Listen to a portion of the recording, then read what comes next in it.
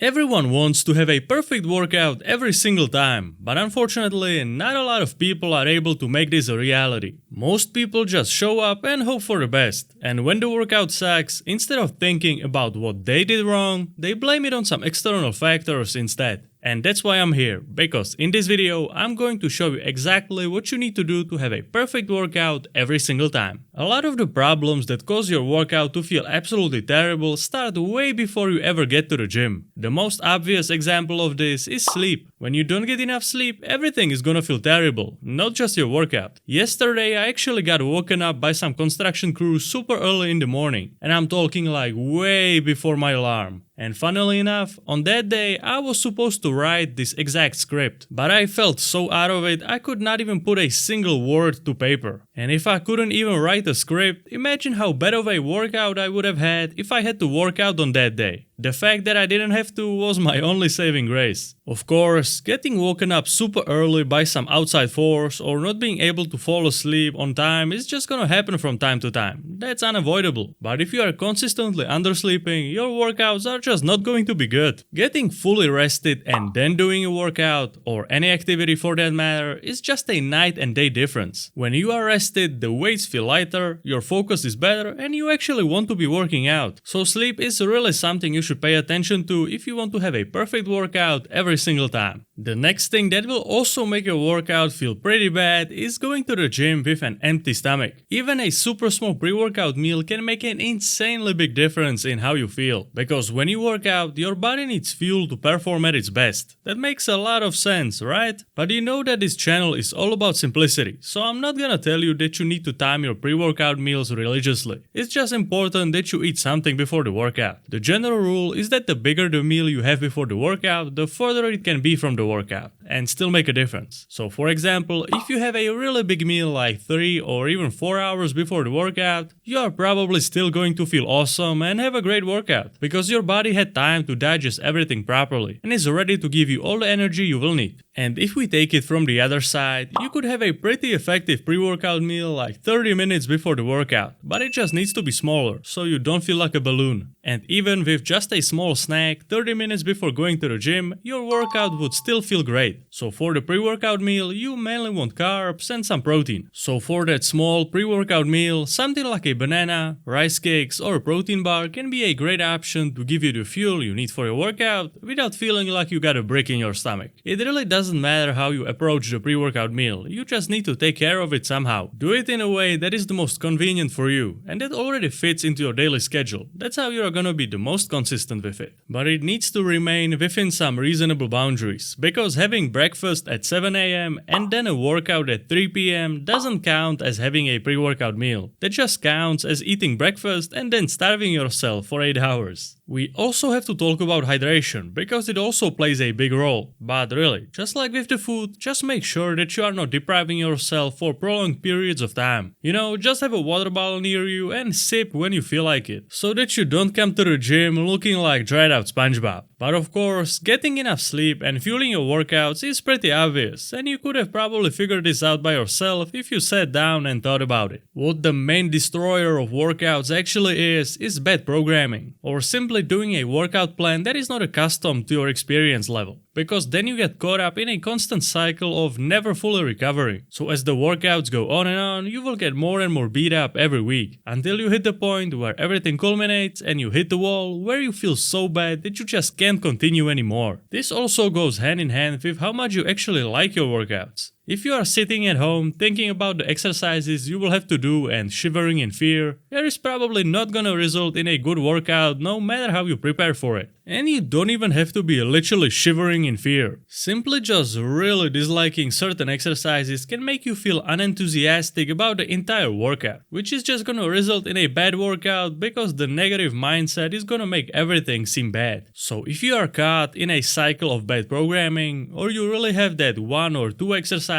that make you not even want to go to the gym, then do something with it. Decrease the amount of sets you are doing, or simply cut or replace those exercises that make you you not even want to go to the gym. For example, if you hate squats and you just want to have decent looking legs, just do the leg press instead. There really are no must-do exercises in the gym. Some are highly recommended, but if a single exercise can make you dread the entire gym experience, then it's just not worth doing it. Replace the exercise and be happy. Fixing these small details might feel unimportant, but being in a good mind state and actually looking forward to what you're gonna do creates an insane difference. It's like going to a job where you hate every single person. Of course that it feels terrible every single time, but if you had to go to a job where everyone was absolutely awesome, you maybe wouldn't even mind going to work, and maybe you would have even stayed overtime. And your training plan should feel in the same exact way. You should be looking forward to going to the gym and not dreading it. That's how you will be able to stay consistent for years. You don't need to be overly motivated or feel like you are just clocking into your 9 to 5. You just need a plan that you enjoy doing. That's the recipe for success. That is why in my training plans, you can choose your favorite exercises without ruining the structure of the workout. So if there is something you don't like, you can easily switch it to something else. That way you can always have a training plan that you look forward to. And if you don't know which training plan you would enjoy the most, I built a quiz that you can go through and it will tell you exactly which one you should go with. You can check out the quiz and the training plans by clicking the first link below.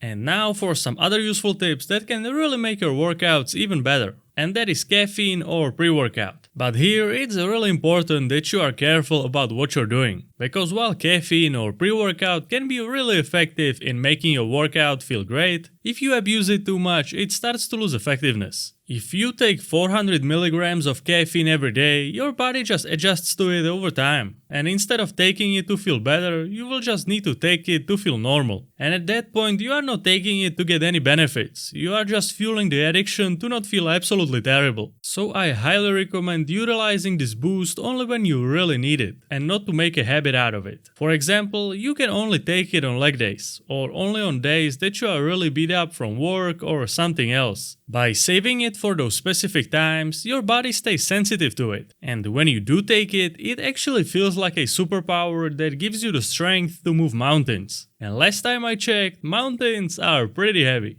And now we have to talk about music, which sounds a little weird, I know. But if you really want the best performance possible, you should use a similar method as you do with caffeine, where you use your favorite songs only for the most challenging sets. Most people just shuffle their favorite playlist from the moment they walk into the locker room. But if you listen to that one song that really hypes you up 50 times a day, it eventually loses its magic. But if you save it only for those moments where you need every little boost you can get, it will be surprisingly effective. And come on, are you really gonna listen to a super hype song when you are just warming up? I know that this sounds like a super small thing, but the psychological effect you can achieve by doing this is way bigger than you would expect. And when you combine all of these factors, the sleep, the fuel, the hydration, the right program that you love, the strategic timing of caffeine, and the best music for the hardest sets, you will finally stop leaving your workouts to a random chance. You will not be hoping for a perfect workout. You will have a perfect workout. I hope you learned something. Please don't forget to check out the training plans and the quiz by clicking the first link below.